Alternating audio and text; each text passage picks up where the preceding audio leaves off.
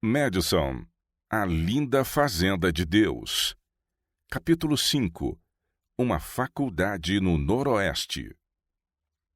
Qualquer que seja o ramo de pesquisa a que procedamos com um sincero propósito de chegar à verdade, somos postos em contato com a inteligência invisível e poderosa que opera em tudo e através de tudo. Educação, página 14. Em 1886, quando Edward Sunderland ingressou como estudante no Battle Creek College, a igreja possuía 3 instituições de educação: o Battle Creek College em Michigan, o Healdsburg College na Califórnia e a South Lancaster Academy em Massachusetts. No ano seguinte, alguns adventistas do sétimo dia, muito determinados, iniciaram mais 2 escolas de ensino médio nas fronteiras do Grande Noroeste americano: a North Pacific Academy, ao leste de Portland, e a Milton Academy, na região nordeste do Oregon, alguns quilômetros ao sul da fronteira com o estado de Washington. A quantidade de alunos em ambas as escolas surpreendeu a todos e demonstrou a urgência por uma faculdade.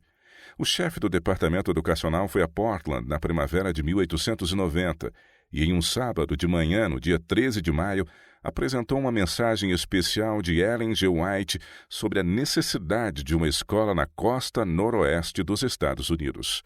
A instituição deveria ser uma faculdade. Como resultado daquela mensagem, as 2 escolas de ensino médio abriram mão de seus direitos para que a nova faculdade pudesse nascer. Seguiu-se muita ponderação e planejamento com oração. Os líderes escolheram uma comissão de 13 pessoas para considerar e dar a aprovação final ao projeto. Então, uma comissão local formada por 7 pessoas escolheu um lugar fora da cidade de Walla Walla, no estado de Washington. Finalmente, uma comissão financeira de 9 pessoas apresentou um relatório à Associação Geral reunida em Battle Creek, Michigan, em março de 1891. Ainda no mesmo mês, dia 11, a Associação Geral aprovou a proposta e o Walla Walla College teve seu início. Eram necessários muitos preparativos, prédios precisavam ser construídos, uma equipe de trabalhadores convocada, bem como obter o equipamento essencial antes que a nova faculdade pudesse abrir suas portas. A Associação Geral escolheu o jovem Edward Sunderland como líder para dirigir a nova instituição e designou Prescott para presidente tanto do Battle Creek College quanto para o Walla Walla College. Os Sunderlands chegaram ao campus em julho de 1892. Ed deparou-se com uma tarefa hercúlea.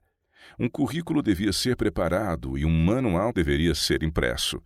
Era necessário assegurar uma equipe de professores e contatar possíveis estudantes. Além de tudo isso, ele recebeu a incumbência de supervisionar os trabalhadores que se esforçavam diligentemente para finalizar a construção do prédio da faculdade.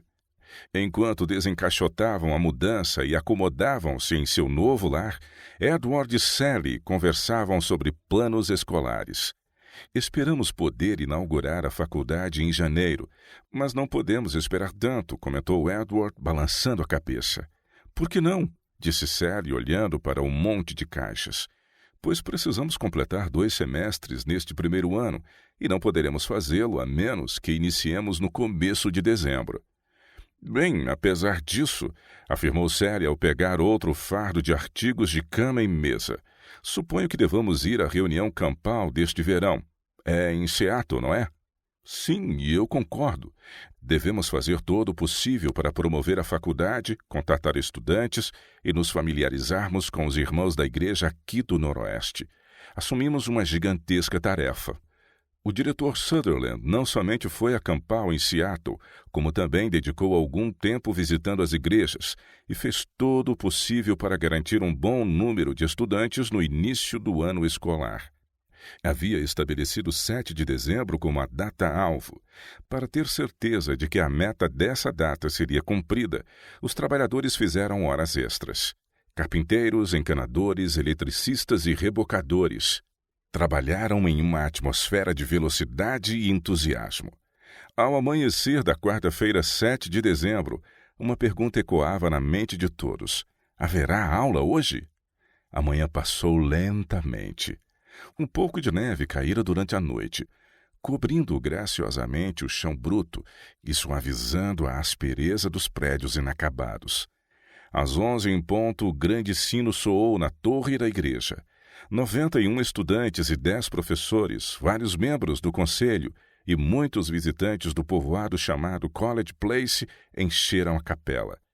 Ali, com o coração cheio de entusiasmo e gratidão pelo novo centro educacional, louvaram a Deus por sua grande benevolência. Em seguida, os estudantes submeteram-se aos exames e classificações necessários a fim de frequentar as aulas.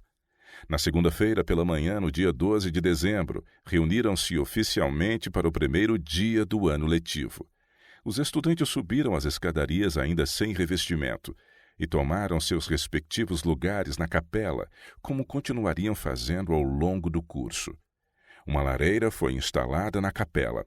Sua chaminé projetava-se pela janela central da parte de trás. Essa chaminé e o fogão emprestado da cozinha eram a única fonte de aquecimento do prédio. Entretanto, a ordem foi gradualmente estabelecendo-se a partir do caos, e logo todos estavam envolvidos no programa de trabalho, designado a ser executado com satisfação e suave eficiência, traço que desde então caracterizou todo o funcionamento do Walla Walla College.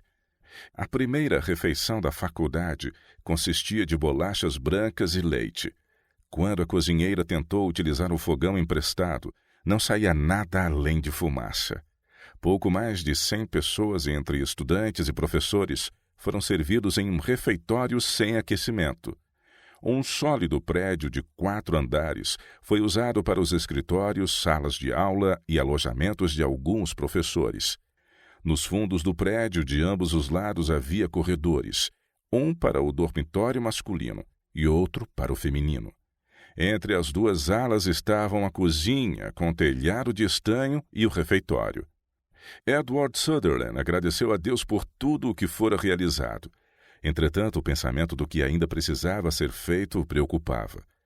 Como os professores poderiam ensinar eficazmente em um prédio sem aquecimento, de onde se ouvia o barulho de martelos o dia inteiro, a serragem da madeira e todos aqueles sons típicos de um canteiro de obras? Mesmo assim, de alguma forma, todos prosseguiam. Certa noite, quando Edward voltou ao seu apartamento, reparou que a cama bloqueava a entrada. — Por que você arrastou a cama para a frente da porta? Indagou a Sally com um olhar questionador. Sally sorriu. — Você sabe que não há fechadura neste prédio, e nós arrecadamos bastante dinheiro das mensalidades. Ela levantou o travesseiro enquanto falava. Minha caixa forte está nesta cama, e mostrou-lhe onde havia escondido o dinheiro da faculdade. E você sabe quão difícil é ir ao banco. Chove o tempo todo e as estradas estão terríveis. O marido sorriu. Sua querida Sally sabia lidar com qualquer situação. Ela já ocupava a posição de coordenadora do refeitório e havia começado a fazer papel de mãe dos estudantes nos dormitórios. Agora também havia se tornado tesoureira. — Os estudantes gostam da comida vegetariana? Perguntou Edward, mudando de assunto. — Você ouviu alguma reclamação? O rosto de Sally iluminou-se com seu vivo sorriso. — Parecem gostar da comida. A senhora Giddings é uma excelente cozinheira, declarou ela, lambendo os lábios. Você viu como as frutas e os vegetais neste vale são especiais? Você já comeu algo tão bom quanto aquele feijão-manteiga, o mel delicioso ou as maçãs? Edward concordou, assentindo com a cabeça. Vi que o Sr. Hobbs está fazendo pães e outras coisas deliciosas em nossa padaria. Sim, parece que o trigo deste vale é excelente. Nossos estudantes são muito privilegiados. Sally olhou para Edward com aquela expressão de admiração infantil que ele muito amava e afirmou. Tenho certeza de que Deus está nos abençoando porque nos determinamos a prover os estudantes de uma dieta estritamente vegetariana. Edward pensou por um momento, então disse em baixo tom. Sally, você sabia que esta é a primeira instituição adventista do 7º dia a servir a dieta que Deus designou ao homem? Ele compreendeu mais do que nunca o quanto Deus havia guiado a comissão a escolher aquela fazenda, terra da qual literalmente manava leite e mel. Uma coisa perturbava Edward Sutherland demasiadamente. Ele sabia que a área da fazenda da escola originalmente comprada pela comissão era de 48 hectares. Porém, por causa do aperto financeiro do projeto, os responsáveis foram vendendo pedaços após pedaço da terra até que restou apenas uma pequena área de plantio. Isso ocorreu antes dos Sutherlands chegarem ao oeste para assumir a direção da faculdade. Via em sua mente os velhos erros de Battle Creek sendo cometidos novamente em Walla Walla, e em seu coração clamou a Deus por uma solução. Orava com Sally todos os dias sobre esse urgentíssimo problema. Uma coisa ele podia fazer: instruir seus funcionários com os ensinos que Deus havia enviado por meio da mãe White acerca da educação cristã. Então, realizou retiros onde os funcionários estudavam os testemunhos relacionados ao assunto, e os princípios bíblicos começaram a se tornar claros diante dos olhos e das mentes de todos. Os homens e mulheres do pequeno corpo docente que dirigia a nova faculdade perceberam esses princípios crescendo em importância diante deles. Essa experiência era tão poderosa e atrativa que discutiam sobre o assunto constantemente, bem como estudavam acerca de como conduzir a instituição em conformidade com o plano de Deus. O diretor Sutherland sabia que, sem terra suficiente, a faculdade jamais poderia alcançar o padrão estabelecido nas instruções de mãe White. Foi então que alguns eventos políticos, apesar de desastrosos para a nação, cooperaram para que o sonho de Edward Sutherland de possuir uma fazenda adequada para o Walla Walla College se tornasse realidade. A confortável administração do presidente Benjamin Harrison estava findando, e terríveis sombras de um iminente colapso financeiro já pairavam sobre a nação. Aqueles fazendeiros que haviam comprado as terras da faculdade não mais conseguiam manter o parcelamento em dia. Por isso, o diretor Sutherland comprou de volta 32 hectares. Agora o Sr. Huddleston, chefe da fazenda, poderia iniciar o desenvolvimento de hortas, pomares e campos, coisas imprescindíveis em uma instituição como o Walla Walla College. No dormitório feminino havia um banheiro e um chuveiro. A situação era semelhante no dormitório masculino. Então, o corpo docente autorizou o envio de uma carta à Associação Geral, narrando a condição dos banheiros e pedindo ajuda. Receberam como resposta instruções específicas e detalhadas de como tomar banho utilizando uma bacia. Cada quarto do dormitório foi então equipado com uma bacia e uma jarra. Sutherland construiu um forno holandês na cozinha. Fez tudo quanto podia para prover o conforto necessário aos estudantes e criar um espírito de alegre aceitação das dificuldades que ainda deveriam encarar. Ele acordava às 5 da manhã todos os dias para trabalhar com uma grande serra de corte transversal, ele numa ponta e um estudante na outra. Uma grande quantidade de madeira tinha que ser cortada para suprir as necessidades da instituição, e Sutherland participava integralmente do trabalho pesado. Assim demonstrava um de seus firmes princípios, que todos os professores e estudantes deveriam passar algum tempo todos os dias trabalhando juntos em alguma atividade manual produtiva. Lembrou-se de uma coisa importante que mãe White havia dito: se os jovens não podem adquirir mais que uma educação unilateral, qual é mais importante? O conhecimento das ciências ou a aprendizagem do trabalho para a vida prática? Respondemos sem titubear: o último. Edward Sutherland havia abraçado a filosofia educacional de Ellen White de forma tão completa que não somente a estudava e a ensinava, mas também a praticava todos os dias e em todas as oportunidades. O primeiro ano escolar, que teve início tão conturbado e com tantos empecilhos, prosperou além das maiores expectativas dos mais ardentes entusiastas. Em 2 meses, as matrículas cresceram para 165. Os quartos eram ocupados tão logo os carpinteiros terminavam de aprontá-los. Em uma reunião anual do Walla Walla College, registrou-se: em 20 de junho de 1892, a Assembleia Adventista do Sétimo Dia do Noroeste Pacífico listou 1.551 pessoas.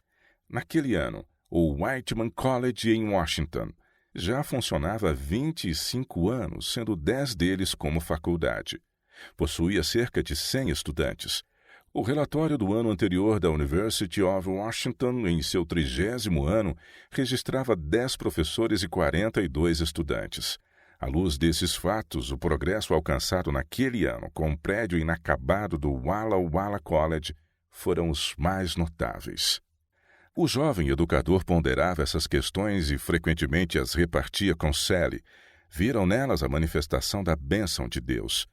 Durante as atividades finais do primeiro ano escolar, realizadas em uma área de camping em Milton, no estado de Oregon, Edward Sutherland e um de seus professores, Cassius Hughes, foram ordenados como ministros do Evangelho.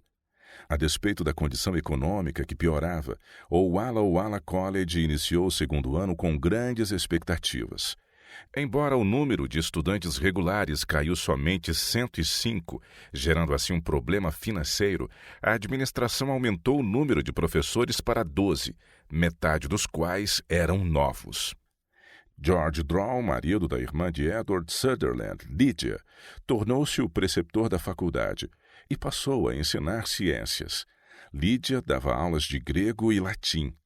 Trouxeram consigo uma jovem, Amy Bessie DeGrow, que acabara de concluir um ano no Battle Creek College. Ela deveria ter continuado seus estudos em Battle Creek, mas o professor Prescott havia lhe pedido para ser professor auxiliar na nova faculdade em Walla Walla, o que ela aceitou desde que não lhe pedissem para ser preceptora. Assim, ela uniu-se aos Draws e os três viajaram de trem rumo ao oeste dos Estados Unidos. Em Walla Walla, os Sutherlands encontraram-se com a senhorita DeGrow pela primeira vez. Ninguém podia olhar para aquele rosto perspicaz com um sorriso esperto e não discernir a força mental e o caráter contidos nessa jovem singular. E Edward Sutherland lhe pediu que se tornasse preceptora do Walla Walla College. Isso ela havia decidido que nunca faria. Entretanto, os poderes persuasivos do Dr. Sutherland prevaleceram sobre a jovem de personalidade forte. E durante os 4 anos seguintes ela executou o trabalho de preceptora e lecionou história. Edward Sutherland também a influenciou de modo que aceitasse suas ideias acerca da educação cristã e da sua filosofia de vida. Tal foi a extensão dessa influência que pelos próximos 60 anos ela apoiaria fortemente todos os seus projetos e políticas. No segundo ano, a faculdade ofereceu cursos de culinária, impressão, jardinagem e laticínios. 2 cursos de 4 anos foram oferecidos, científico e clássico. Os estudantes podiam ajudar no pagamento de suas mensalidades cortando lenha nas montanhas acima de Milton, Oregon. A faculdade comprava madeira e transportava para Walla Walla. Durante os meses de outono do segundo ano escolar, o presidente Prescott passou uma semana na faculdade e declarou que tudo estava em ordem. Foi naquela ocasião que cedeu o título de presidente a Edward Sutherland, o qual dirigira a instituição desde o início. Agora, Sutherland tornara-se presidente de fato e de direito. Durante o terceiro ano da faculdade, cursos breves foram oferecidos aos jovens que desejavam receber uma preparação rápida para iniciarem a obra do Senhor. O presidente Sutherland lera que moços que têm o objetivo de entrar para o ministério não devem gastar uma porção de anos apenas em se preparar. As matrículas aumentaram bastante devido a muitos estudantes tirarem vantagem dos cursos mais curtos. O presidente Sutherland atribuía o progresso financeiro e espiritual a um corpo docente dedicado à luz dada a Ellen G. White. Diligentemente estudavam os artigos sobre educação vindos da Austrália, especialmente durante 1895 e 1896. Os professores, embora sobrecarregados com os deveres escolares, tomavam tempo para estudar juntos os princípios da reforma educacional. As mensagens os inspiravam, bem como os relatórios da recém-iniciada Avondale School, construída em terra que o Senhor havia escolhido e que agora funcionava sob os novos princípios educacionais. Com fé humilde, o presidente Sutherland decidiu conduzir o Walla Walla College conforme a Avondale School na Austrália. Em seus estudos, o corpo docente aprendeu que descobrir e conhecer a verdade sem pronta e voluntária obediência podia ser uma cilada ao invés de bênção. Prometeram seguir a luz aonde quer que esta os levasse. Tal decisão demandou muita fé e coragem, mas os guiou ao topo da montanha, onde, com visão estendida, podiam avaliar as vantagens e desvantagens da nova educação e compará-la com a experiência passada, quando o Conselho de Deus foi negligenciado. Sob a inspiração do plano dirigido por Deus, prosseguiram confiantemente no triunfo da liderança e reforma educacional. O presidente Sutherland posicionou-se firmemente a favor da reforma, mas não há qualquer registro de que naqueles dias ele esperasse ou desejasse ser promovido por causa disso. Em fevereiro de 1897, entretanto, a reunião da Associação Geral ouviu atentamente o relatório do jovem presidente do Walla Walla College. Falou-lhe sobre o estudo devocional que ele e seu corpo docente haviam feito sobre as instruções inspiradas de educação, da luz que ardia em seus corações e como eles estavam moldando o currículo conforme a nova luz sobre educação cristã. Sua apresentação foi tão inspirada, as palavras escolhidas tão convincentes e tão apeladora a mensagem apresentada, que seus colegas educadores e os líderes da igreja ficaram impressionados. Antes do término da reunião da Associação Geral, elegeram Edward A. Sutherland como presidente da faculdade em que se formara, o Battle Creek College, em Michigan.